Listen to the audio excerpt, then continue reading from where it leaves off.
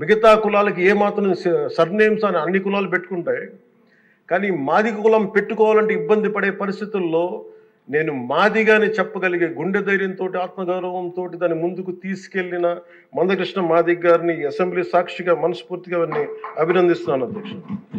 అలాంటి ఆత్మగౌరవ పోరాటాన్ని ముందుకు తీసుకెళ్లి దాన్ని ఆంధ్రప్రదేశ్ ఉమ్మడి రాష్ట్రంలో ప్రవేశపెట్టిన ఘనత, దాన్ని ముందుకు తీసుకెళ్లిన ఘనత శ్రీ నారా చంద్రబాబు నాయుడు గారికి, మన గౌరవ ముఖ్యమంత్రి గారు దక్కుతుంది అధ్యక్ష. ఈ రోజున దేశ స్థాయిలో దీన్ని ముందుకు తీసుకెళ్లగలుగుతున్నాం అంటే ప్రధానమంత్రి గారు దృష్టిలో పడింది అంటే దానికి నాంది ఆంధ్రప్రదేశ్ నుంచే పడింది అధ్యక్ష.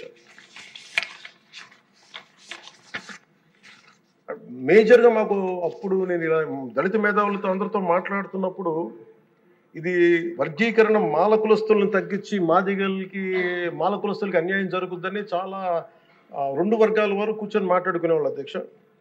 ఆ టైంలో నాకు వినిపించిన ఆర్గ్యుమెంట్స్ అధ్యక్ష, ఉదాహరణకి ఏపీలో మాల కులస్తులు, మనకి తెలంగాణలో మనకి మాది కులస్తులు ఎక్కువ అధ్యక్ష.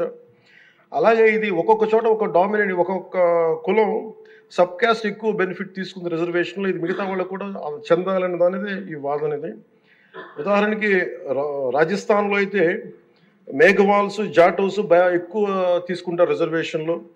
భైరవ కులస్తులు కానీ, కోలీస్ కానీ దీన్ని తక్కువ శాతం తీసుకుంటారు. ఇక్కడ వాళ్ళు బెనిఫిట్ అవుతారు అధ్యక్ష రాజస్థాన్లో. అలాగే మనకి ఉదాహరణకి పంజాబ్లో అయితే రవిదస్య, ముఖ్యంగా చెప్పాలంటే అక్కడ మన మాదిగ కులస్తులతో సమానం చమార్ కాస్ట్, వాళ్ళు ఎక్కువ బెనిఫిట్ తీసుకుంటారు అధ్యక్ష.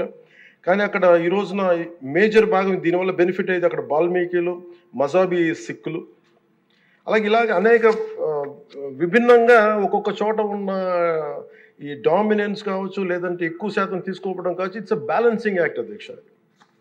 ఇది వీటన్నిటిని గుర్తించి మనస్ఫూర్తిగా ఈ రోజున నారా చంద్రబాబు నాయుడు గారి ఆధ్వర్యంలో ఈ రోజున ఈ ఎన్డీఏ కూటమి ప్రభుత్వం ఈ మా రిజర్వేషన్ వర్గీకరణ బిల్లుని మనస్ఫూర్తిగా జనసేన తరపు నుంచి మనస్ఫూర్తిగా మేమందరం సమర్థిస్తున్నాం అధ్యక్ష. ప్రత్యేకించి నేను మొన్న రాజీవ్ రంజన్ మిశ్రా గారితో మాట్లాడుతూ ఉంటే 100 నుంచి 10,000 లోపు ఉన్న దాదాపు 59 ఉపకులాలు, మా దళిత కులాలు, ఇవన్నీ మాదిగ దళిత ఉపకులాలతో సహా 59 ఎక్కువ సంఖ్యాబలం ఉన్నాయి. దీన్ని ఎలా చేస్తారంటే 100 లోపు నుంచి 10,000 లోపు ఉండే 46 కులాలు అధ్యక్ష. కొన్ని కులాలు దాదాపు 30-40 మంది కూడా ఉన్నారని వారు తెలియజేశారు అధ్యక్ష. అలాగే ఈ సైంటిఫికలీ ఎనలైజ్డ్ ఎంపిరికల్ డేటాని 4 నెలల వ్యవధిలో గౌరవ ముఖ్యమంత్రి గారు బాధ్యత తీసుకొని మంత్రివర్గంతో ఒక కమిటీని ఏర్పాటు చేసి వన్ మ్యాన్ కమిషన్ గారు శ్రీ రాజీవ్ రంజన్ మిశ్రా గారి ఆధ్వర్యంలో నవంబర్లో మొదలై మార్చి 4 నెలల వ్యవధిలో దీన్ని డేటానంతా సైంటిఫిక్గా అనలైజ్ చేసి ఎంపిరికల్ డేటాని విద్యా, సామాజిక, ఆర్థిక, రాజకీయ, అంతర్గత వెనుకబాటుతనాన్ని వారు మూడుగా విభజించిన విధానం చాలా అద్భుతంగా ఉంది అధ్యక్ష. ఇది అందరికీ మేలు చేస్తూనే కోరుకుంటున్నాను. మందకృష్ణ గారు వర్గీకరణ ఉద్యమానికి ఆద్యులు.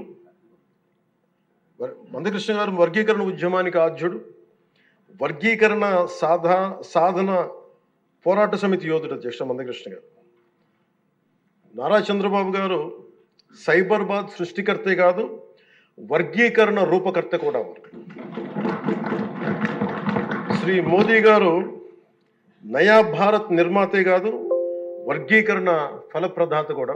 అందుకని మనస్ఫూర్తిగా ఈ వర్గీకరణ బిల్లుని ముందుకు తీసుకెళ్లి దీనిని ఆంధ్రప్రదేశ్ అసెంబ్లీలో ఈరోజు ప్రవేశపెట్టినందుకు మనస్ఫూర్తిగా ముఖ్యమంత్రి గారికి, అందరికీ, మంత్రివర్గానికి, సభ్యులందరికీ మనస్ఫూర్తిగా ధన్యవాదాలు తెలుపుకుంటూ స్పీకర్ గారికి నా హృదయపూర్వక ధన్యవాదాలు తెలియజేస్తున్నాను అధ్యక్ష.